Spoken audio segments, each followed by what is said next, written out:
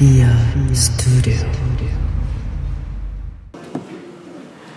Alhamdulillah, syukur kepada Allah SWT yang limpah kurnia inayah dan taufik di sisi Allah. Kita dapat sama-sama pada pagi ini. Kita nak teruskan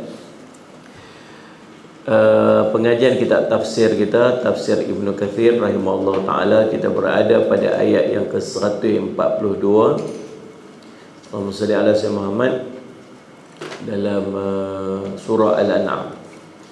Surah Al-An'am, surah yang ke-6, ayat 142.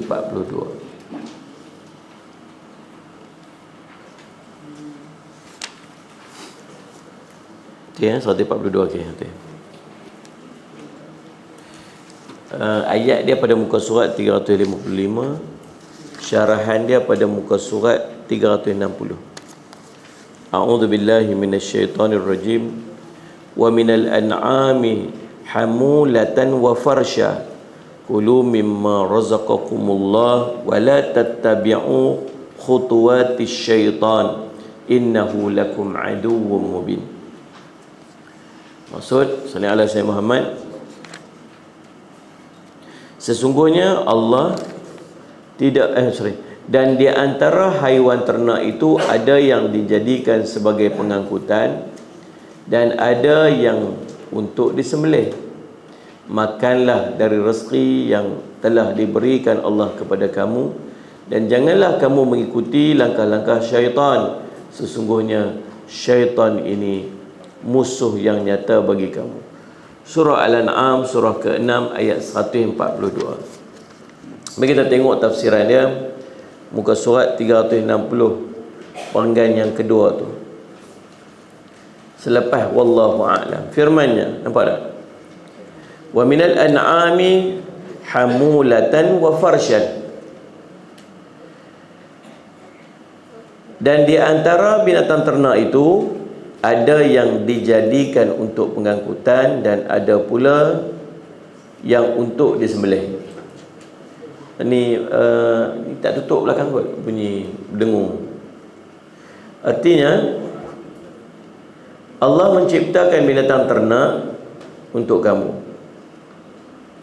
Sebahagian di antaranya untuk mengangkut beban dan sebahagian lain pula untuk disembelih. Ini sallallahu alaihi Muhammad, dua tujuan Allah jadikan binatang ternak. Dia kalau Allahumma salli ala sayyidina Muhammad, binatang ternak ni Allah guna perkataan al-an'am. Inilah asal daripada Allahumma salli ala sayyidina Muhammad, nama surah ni. Kalau kita dengar al-an'am ni dia binatang-binatang yang diternak.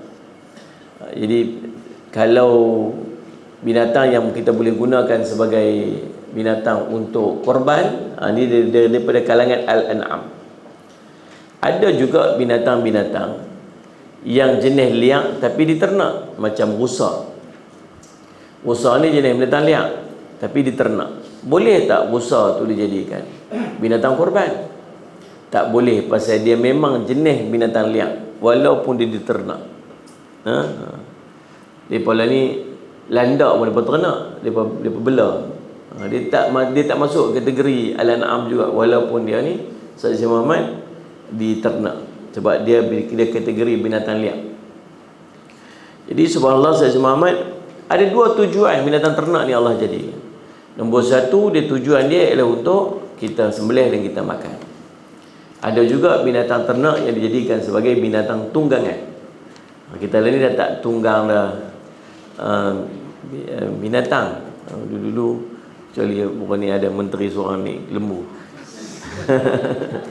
Dia nak try tengok macam mana balik pada zaman dulu-dulu tu, macam mana keadaan orang naik lembu kan. Tahulah keadaan. Saya Muhammad. Dia waktu dulu-dulu orang biasa naik binatang, naik kebau. Biasanya dia tak naik belakang kebau ke belakang lembu, dia guna kereta. Kemudian guna lembu dan kebau tu sebagai menarik dia, betul. Tak biasa, jarang kita tengok orang duduk atas lembu dengan kebau tu. Tengok. Waktu Piramli di kayu basikal tu, binatang apa ini, dia tunggang tu. Tengok.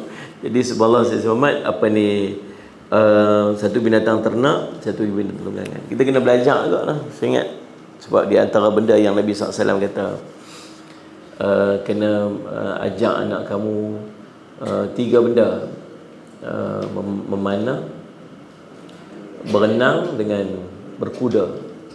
Sebab tu banyak tempat dia pun dah start ajak naik kuda. Dia pun tak belajar lagi. Dia teringin nak naik kuda, teringin juga nak belajar naik kuda ni. Lepas tu dia pun kawan-kawan muda kata, belalah kuda. Tempat kita ni ada ruang space banyak untuk bela kuda. Saya pun tanya-tanyalah kawan-kawan yang bela kuda. Dia kata, Ustaz, bukan senang nak bela kuda. Kalau benda bela kereta tak apa lagi. Dia rasa macam tak larat nak naik, kita parking itu. Nanti nak naik, kita servis, kita bumi minyak, jalan. Tapi bela kuda ni, kita nak kena bela dia, jaga dia sungguh-sungguh. Pagi-pagi ada rutin, dia bersihkan, dia mandi, dia bagi dia exercise. Dia akan berguling dah. Siapa nak buat kerja tu? Makcik buat. Makcik tolong buat, Ustaz. Pagi-pagi lepas daripada kandang, Ustaz. Lepas tu bagi dia seorang tukang bersih badan dia, mandi-mandi. Dia rutin dia tiap hari. Lepas tu biar dia, hari tu saya tengok hari tu kami duk buat rakaman dekat kandang, dekat dengan satu ladang tu, dia ada bela kuda. Pagi-pagi dia pakai lepas kuda tu tu akan mengeliat. Dia berguling-guling, dia stretching tu. Pasal apa buka-buka duk guling kuda ni? Dia kata memang dia pagi-pagi dia stretching dulu. Lepas tu sekali kena bawa dia walk, bawa dia pergi dia berjalan sikit apa semua. Tu rutin tiap hari kena jaga. Makan dia macam tu sebagainya. Sebab dia ni dia binatang yang dia agak attach. Dia akan attach dengan tuan dia. Dia sangat attach. Tapi memang Nabi SAW suruh kita berkuda. Pokoknya berkuda ni sangat bagus dia. Bagus untuk tulang belakang, bagus untuk pinggang. Exercise yang sangat baik. Tapi hendaknya persediaan untuk kita berlaku, persediaan seandainya berlaku benda-benda yang tak expected lah. Dia akan sampai satu tahap kenderaan dah tak boleh pakai dah. Persenjataan pun tak boleh pakai dah. Makanan pun tak ada dah. Mata wang akan jatuh untuk. Baru ni saya tengok ada satu video Salih Al-Syed Muhammad oleh seorang pakar, Syekh Imran Hussein nama dia. Tengok dia ni pakar apa ni yang di akhir zaman ni lah, selalu bincang tak akhir zaman. Dia kata tak mustahil dalam tempoh tak berapa lama lagi akan berlaku perang nuklear. Sebab dah bunga-bunga tu dah ada dah. Kalau berlaku perang nuklear ni memang dia akan mencetuskan perang dunia ketiga lah. Dia akan lead ke pos tu. Sebab dua ada kuasa besar yang sekarang ni sedang bertembur dengan sangat kuat lah. Jadi memang kita duduk lead waktu pun peperangan yang dahsyat besar akan berlaku. Kemudian kita akan lost banyak benda. Cuaca dah jadi pelik, panas sangat-sangat, hujan berlebih sebagainya. Dia sampai satu tahap nanti semuanya dia akan tak boleh pakai dah. Dan Nabi SAW cerita antara perang besar yang berlaku namanya Malhamah Kubra ni. Nabi sebut perang ni dia akan berlaku 3 malam. Semua orang akan terlibat, semua orang akan kena. Yang pi masuk dalam perang tu kita akan duduk bergabung dengan tentera Imam Mahdi. Tapi yang tak pi perang pun dia akan terkena dalam perang tu. Pasal dia jadi orang awam yang terkena perang. Jadi sama ada kita milih waktu tu, sama ada kita jadi tentera ataupun kita akan jadi orang awam yang akan terkena tempiah pada perang. Bukan dekat kita kat bumi. Nabi cerita binatang yang terbang di langit pun dia akan jatuh disebabkan oleh impact daripada perang. Mungkin bom yang sangat dahsyat yang dipakai lah. Yang terbang ke atas pun dia akan jatuh. Jadi subhanallah dan dalam hadis tu cerita perang ni dia akan berlaku 4 malam. 4 malam ya. Perang yang sangat merosak. Bila 4 hari dia berlaku perang ni, keluar pada waktu pagi. Keluar perang tu waktu pagi. Satgi bila gelap dia balik. Lepas tu dalam keadaan pertama tu Allah tak bagi menang pada dua-dua. Tentera Islam Allah tak bagi menang, tentera Rom Nabi sebut pun Allah tak bagi menang. Esok keluar lagi, perang lagi. Sama juga, lusa keluar lagi. Mai hari keempat tinggal sikit je. Orang Islam pun tinggal sikit sehingga saki baki orang Islam, saki baki tentera. Barulah hari keempat tu menang. Dan waktu tu banyak sangat limpahan daripada harta rampasan perang. Pasal tentera musuh waktu tu main, ada 12 batalion, dengan setiap batalion ada 80,000 tentera. Maksudnya 1 juta bala tentera dia yang berimpun satu masa. Tak pernah bala tentera yang jumlahnya tersangat besar yang terimpun dalam satu masa kecuali perang ni. Dan kita akan berhadapan, sama ada kita jadi tentera ataupun kita akan terkena tempiah perang. Jadi subhanallah Zumat, dan bila terhimpunnya harta yang sangat banyak tu, sampai tak ada tempat nak agih harta pasal perang tu, pasal orang tak ada. Yang mati dah, yang pergi perang pun tinggal sikit je, harta banyak tapi tak boleh nak agih. Bahkan ada waktu tu orang-orang yang lari pada perang, dia jadi tentera, dia lari perang. Bahkan waktu tu Allah tak terima amalan dia, dan ada di kalangan mereka yang murtad. Dahsyatnya keadaan waktu tu. Tapi dalam hadis tu cerita, ni perbincangan ulama-ulama berkaitan dengan hadis, tafsir hadis. Kalaulah teknologi lah ni, kalau teknologi yang ada lah ni, perang ni boleh pergi sampai malam. Malam-malam boleh berperang. Jet ada je terbang malam-malam, bom ada je jatuh malam-malam, tentera keluar malam-malam. Itu biasalah perang dengan segala teknologi. Tapi hadis tu Nabi cerita, elok gelap je pekat-pekat balik. Maksudnya waktu tu menggunakan balik teknologi yang asal yang lama dulu, mungkin guna balik pedang, guna kuda sebagainya. Pasal macam tu keadaan. Makcik-makcik kena start simpan mah, ganti daripada mata wang. Sebab mata wang dia berlaku satu ketika dulu. Macam mana boleh jadinya mata wang ni? Mata wang ni, Salih Asy Muhammad.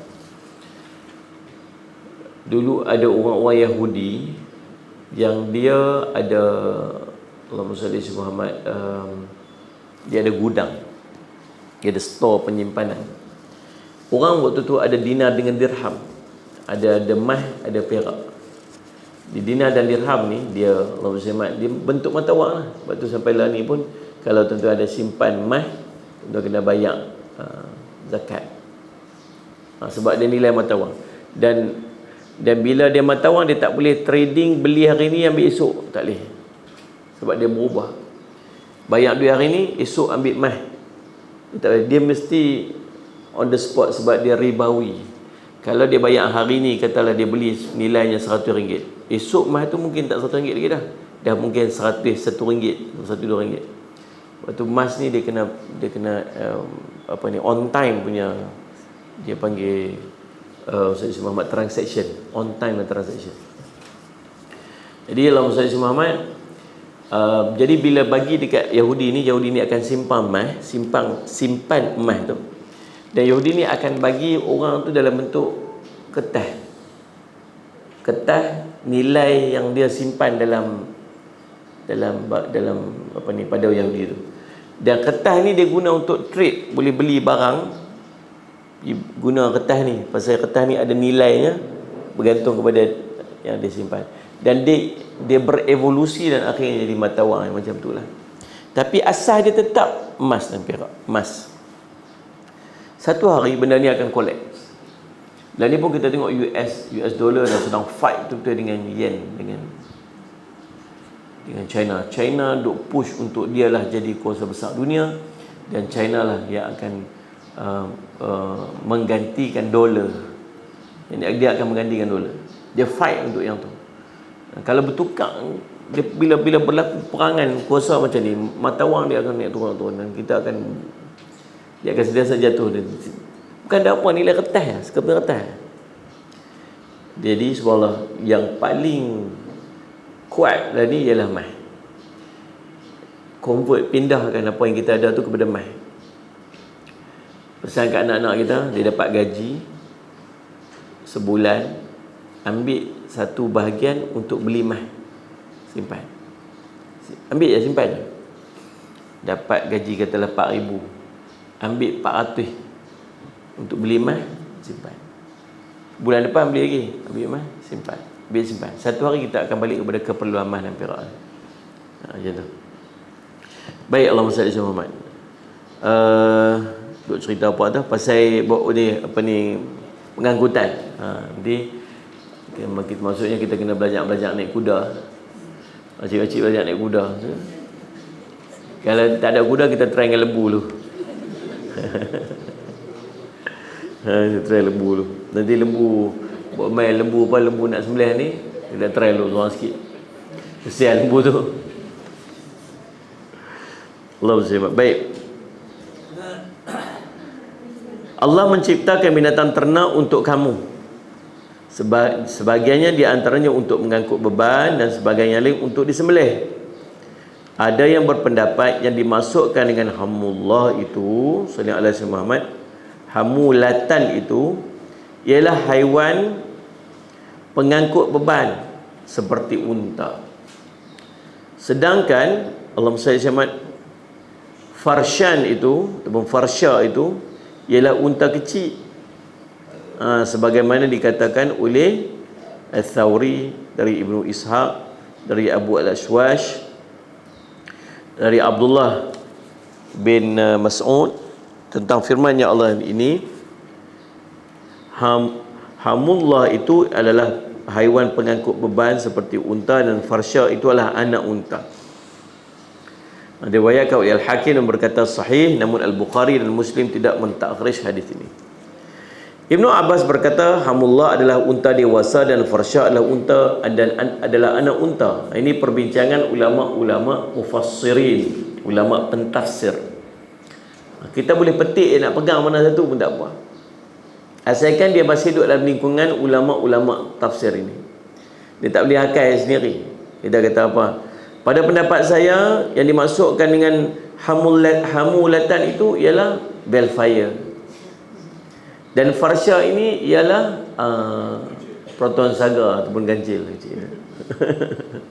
Ataupun dia kata apa, hamulatan itu ialah lori, sebab dia binatang-binatang besar mengangkut, dan farsha itu ialah kereta-kereta yang kita naik ni. Dia tak boleh nak pakai tafsiran yang macam tu. Kita boleh memilih daripada mana-mana pandangan ulama mufassirin yang memadai dah untuk kita. Jadi kita faham dekat sini ada dua pendapat. Pendapat yang pertama, dia mengatakan bahawa subhanallah SWT, dia adalah binatang yang dijadikan sebagai pengangkutan dan binatang digunakan untuk sembelih. Adapun sebahagian ulama kata apa, dia adalah unta yang besar, atau unta yang digunakan untuk apa tu, Sayyid Muhammad, untuk pengangkutan, dan satu lagi anak-anak unta. Allahumma salli ala sayyidina Muhammad. Ibnu Abbas berkata hamullah adalah unta dewasa dan farsha adalah anak unta. Itu kata Ibnu Abbas radhiyallahu anhuma. Hal senada dikatakan oleh Mujahid. Ali bin Abi Thalib meriwayatkan daripada Ibnu Abbas, di antara binatang ternak itu jadikan sebagai pengangkutan dan ada di disembelih. Haiwan pengangkut beban adalah unta, kuda, bagal dan kaldai. Juga haiwan lain boleh digunakan untuk mengangkut. Adapun farsha adalah kambing. Ini kata pula sallallahu alaihi Muhammad, Ibnu Abbas radhiyallahu anhuma. Ibnu Jarir memilih pendapat ini. Dia berkata, saya kira haiwan disebut farsha itu tidak lain kerana jarak badannya yang dekat dengan tanah. Tu dia kata justifikasi dia. Sebab dia kecil, perut dia dekat dengan tanah lah. Ar-Rabi' bin Anas, Al-Hasan Ad-Dahaq dan Qatadah mengatakan hamullah adalah unta dan lembu, dan farsha adalah kambing. As-Sudi mengatakan hamullah adalah haiwan unta, adapun farsha adalah anak unta, anak lembu dan kambing. Dan semua haiwan dipakai untuk mengangkut disebut hamullah. Hamullah pula. Bukan hamullah, hamulah.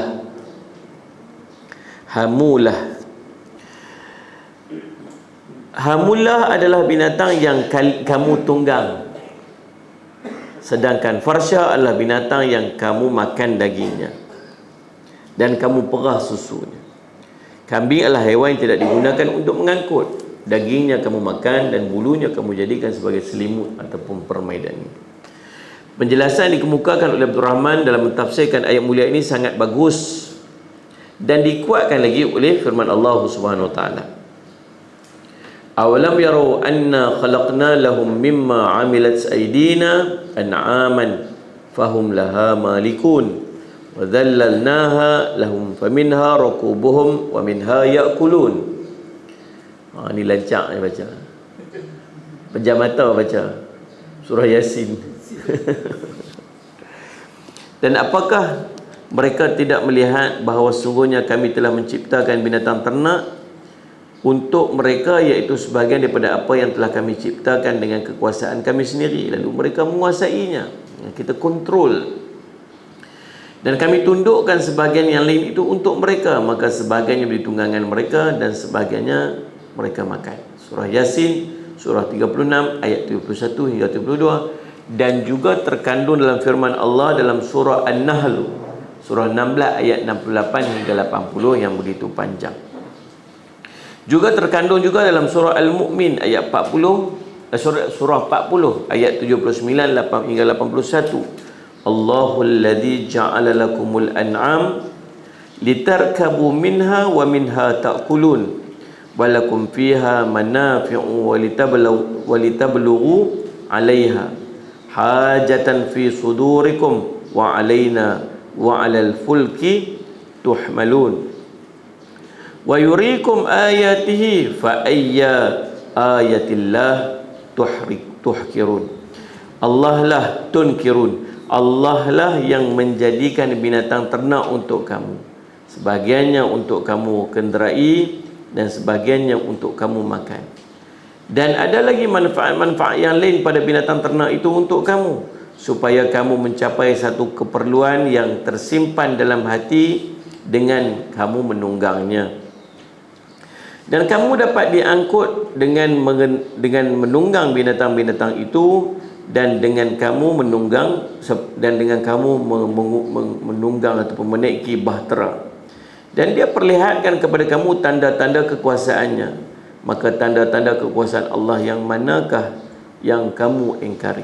Surah Mukmin, surah 40 ayat 79 hingga 81. Waktu Nabi SAW pindah hijrah sampai ke Madinah, waktu tu Allahumma salli ala sayyidina Muhammad, Sayyidatina Fatimah radhiyallahu anha dah mula jadi muda remaja lah. Jadi bila muda remaja ni, Nabi SAW pun mulalah terfikir-fikir, dia fikir macam mana dan siapa yang layak untuk dijadikan sebagai menantu.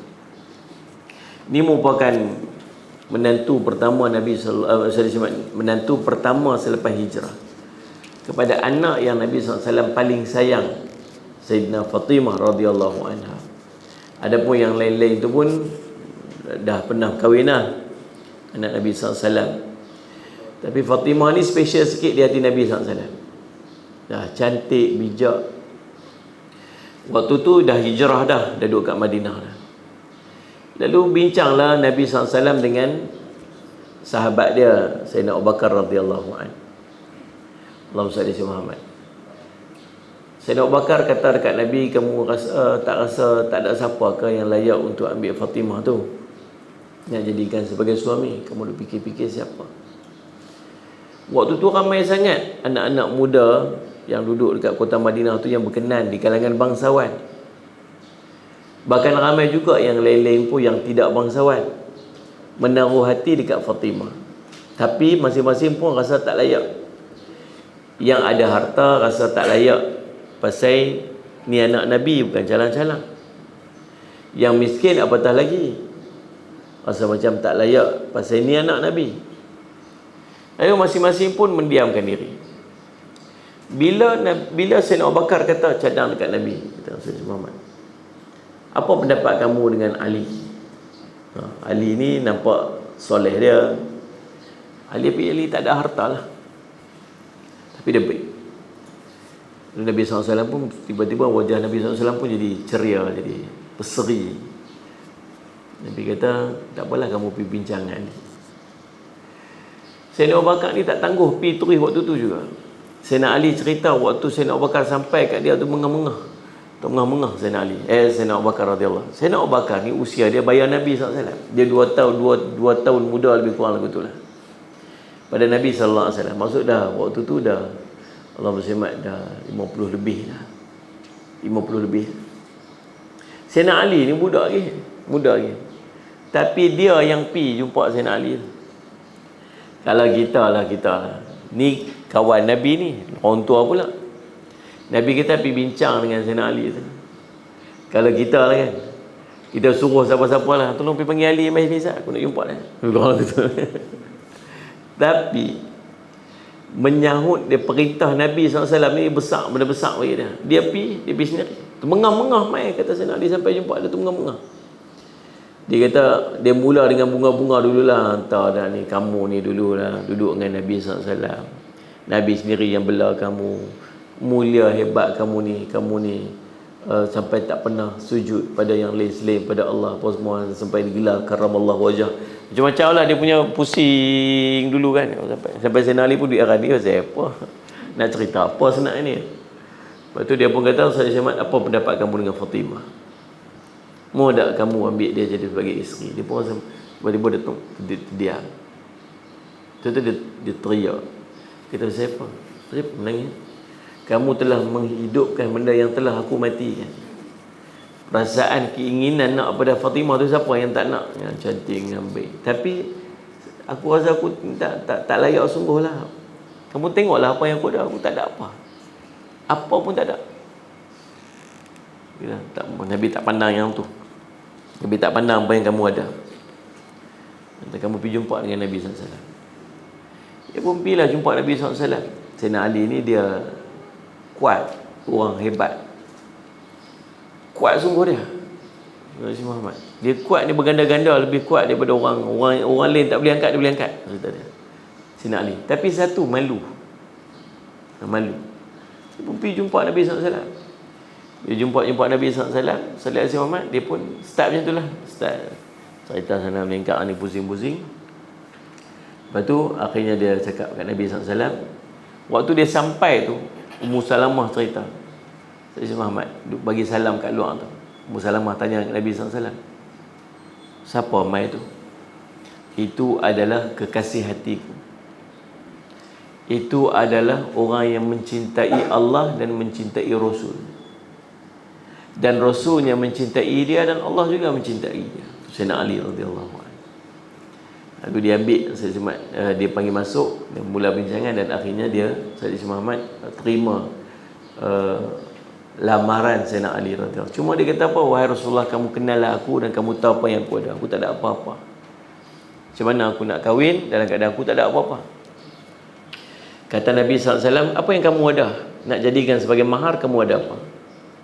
Nombor satu, aku ada seekor unta. Yang pertama, aku ada satu pedang yang aku gunakan untuk perang. Yang keduanya, aku ada baju besi yang aku pakai waktu perang. Yang ketiganya, aku ada seekor unta. Tu aja harta yang Sayyidina Ali ada.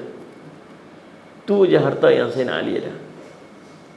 Yang lain tak ada. Terus cerita lah motor sepiji ke, duit simpan lambang yang mana ke, mak ni sebab peti air ke apa, TV ke, tak ada apa. 3 ketui ni ada dalam hidup dia. Baju besi, pedang, unta seekor. 3 ni guna untuk perang. 3 ni guna untuk perang. Kata Nabi SAW, pedang kamu tu kamu simpan. Nanti kamu guna pedang tu untuk perang. Kalau perang nanti kamu nak pakai, kamu guna pedang. Unta tu kamu simpan. Sebab unta tu kamu akan guna nanti bila dah kahwin untuk pergi angkat ayak, untuk pergi urusan kehidupan kamu semua, kamu guna unta tu. Tu yang kita sebut dengan bincang ni. Ada keperluan untuk kenderaan tu kena ada dalam rumah untuk bergerak. Baju besi itu saja. Baju besi tu kamu gunakan baju besi tu untuk mahar. So dapat dalam 400 dirham. Gunakan duit tu untuk kamu bagi mahar untuk perkahwinan tu. Saya nak cerita Nabi SAW pilih antara pedang dengan baju besi dan dengan unta. Nabi SAW pilih baju besi sebab dia keperluan yang kurang nak banding dengan yang pedang dia suruh guna untuk perang. Unta tu dia tak bagi. Padahal bagi unta lah. Kalau tengok dua ni keperluan untuk perang. Pedang dengan baju besi. Unta ni tak apalah. Sebab kita tak, Nabi suruh simpan unta. Maksudnya Sallallahu Alaihi Muhammad dalam kehidupan berumah tangga, dalam kehidupan kita, dia kena ada kenderaan. Kena ada kenderaan yang memudahkan. Sebab tu Nabi SAW sebut 4 perkara yang bawa pada bahagia. Rumah yang luas, isteri yang salihah. Salih ala si Muhammad. Allahumma salli Muhammad. Rumah yang luas ni maksud bukan rumah luas. Bukan rumah luas tu. Tapi selesa. Isteri yang salihah. Yang ketiga saya tak ingat apa. Yang keempat, kenderaan yang selesa. Ni perkara yang bawa bahagia dalam hidup. Dia kena ada. Maksudnya Sayyidina Muhammad kena ada kenderaan yang selesa, dia kena ada. Allah jadikan Sayyidina Muhammad waktu tu ialah kenderaan yang nama dia binatang tunggangan. Itu satu bahagian. Kemudian Allah firman lagi, kulu mimma razaqakumullah, makanlah dari rezeki yang telah Allah berikan kepada kamu, macam buah-buahan, kata Nabi, kata Allah, tanaman dan binatang ternak, makan. Sayyidina Muhammad, semua itu Allah ciptakan sebagai rezeki untuk kamu. Allah bagi suruh kita makan-makan. Ada yang tak mau makan dan tak boleh makan, dia pun anggap benda tu Tuhan pula. Itu saya mesyuarat kita nak buat, Allahumma salli Muhammad, korban dekat India. Ada satu NGO tu dia nak buat korban dekat India. Kata Ustaz, jom pergi India. Saya kata tak boleh pasal saya nak pergi haji. Kalau Ustaz tak pergi haji, ikut kami, kita pergi India. Kita pergi sembelih korban ke India. Kita boleh ke sembelih? Dia kata ada tempat yang boleh, tapi kena buat secara sembunyi, tak boleh buat open. Sebab undang-undang negara tu tak boleh sembelih lembu. Sayyidina Muhammad tak boleh sembelih lembu. Ada tempat negeri yang langsung tak boleh sembelih, open ke sembunyi ke tak boleh. Ada. Abang manggerek kayu basikal pergi masuk sampai India. Dia kata kat sana tek lembu ni banyak, lembu banyak, lembu tak boleh sembelih, tak boleh makan, tak boleh buat apa. Lepas tu depa kena hormat lembu-lembu tu.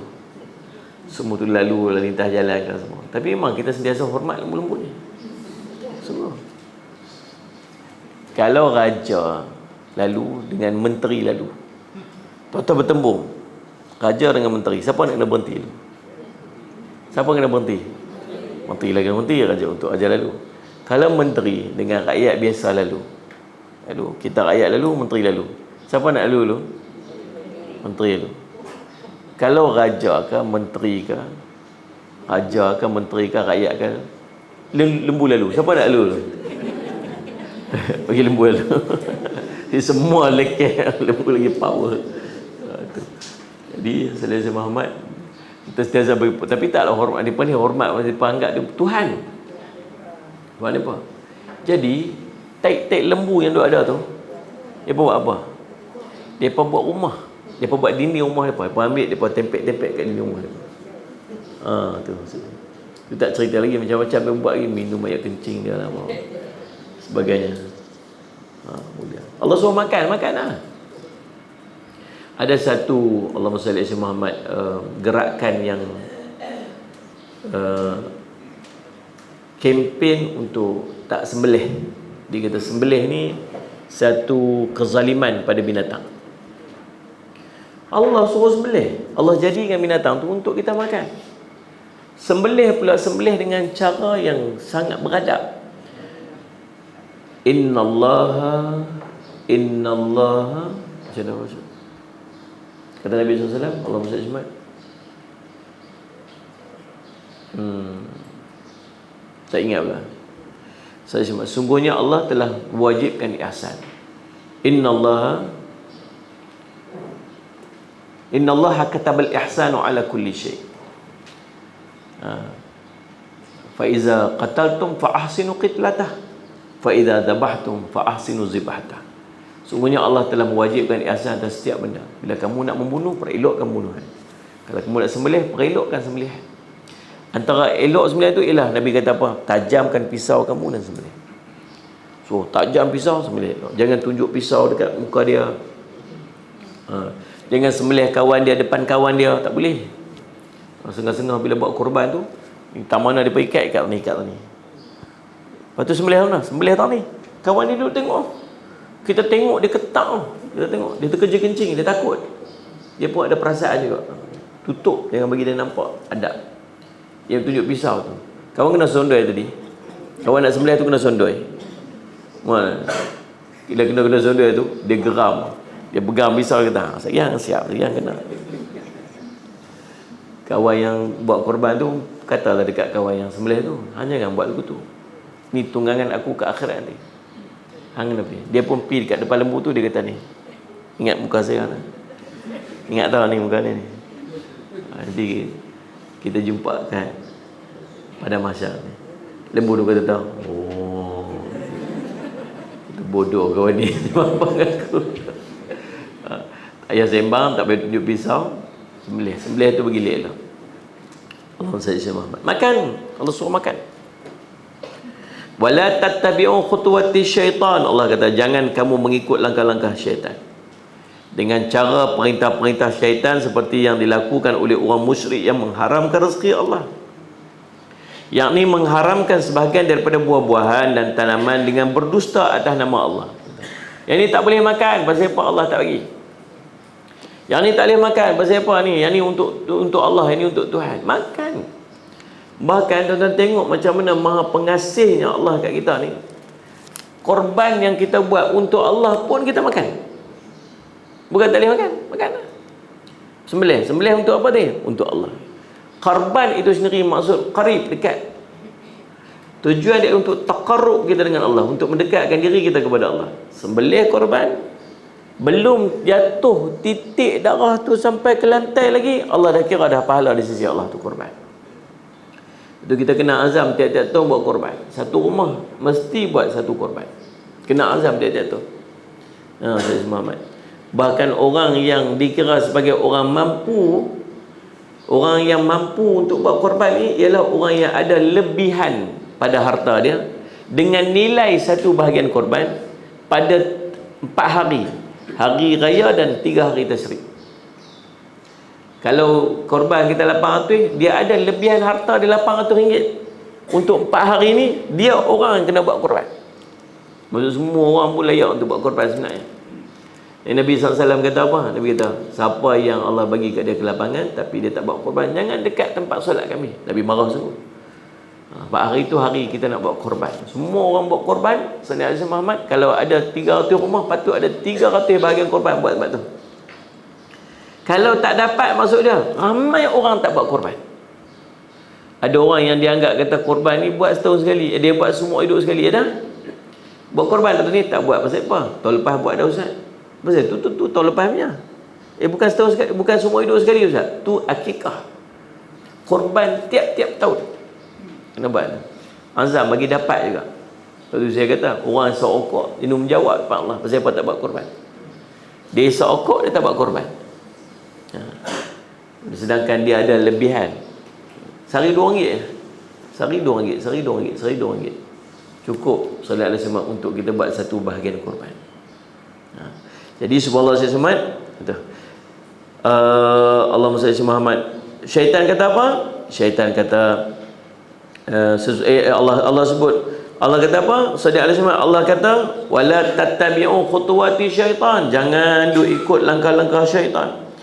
Iaitu cara dan perintah-perintah syaitan seperti dilakukan oleh musyrik mengharamkan rezeki Allah, yakni mengharamkan sebagian daripada buah-buahan, tanaman dengan berdusta atas nama Allah. Innahu, sesungguhnya syaitan itu lakum aduwwum mubin, wahai seluruh manusia, dia adalah musuh yang nyata bagi kamu, iaitu jelas-jelas memusuhimu, sebagaimana yang Allah firmankan, innallaha syaitanu lakum adu fattakhiduhu aduwan innama yad'u hizbahu liyakunu min ashabis sa'ir. Sesungguhnya syaitan itu adalah musuh bagi kamu, maka anggaplah ia musuhmu, kerana sesungguhnya syaitan itu hanya mengajak golongannya supaya mereka menjadi penghuni neraka yang menyala-nyala. Itu tujuan syaitan. Surah Fatir surah 35 ayat ke-6. Allah nak buat apa? Allah nak ajak semua masuk neraka. Allah pula, minta maaf, syaitan nak ajak semua masuk neraka. Itu tujuan dia. Syaitan nak ajak semua masuk neraka. Syaitan tak mau siapa pun masuk syurga. Lepas tu dia buat macam-macam cara untuk kita ni masuk neraka. Kalau orang-orang yang bawah-bawah, dia buat cara bawah-bawah. Orang atas-atas, dia buat cara orang atas-atas. Mula-mula dia tak mau ajak orang semayang, jangan semayang. Orang tu semayang pula, dia nak bagi orang tu hilang khusyuk dalam semayang. Kalau tu dia usaha juga nak dapat khusyuk dalam semayang, dia pujuk pula orang tu riak dalam semayang dia. Jadi buat pakai cara untuk kita ikut dia. Akhirnya kita dapat masuk neraka sama-sama dengan dia. Syaitan. Hati-hati.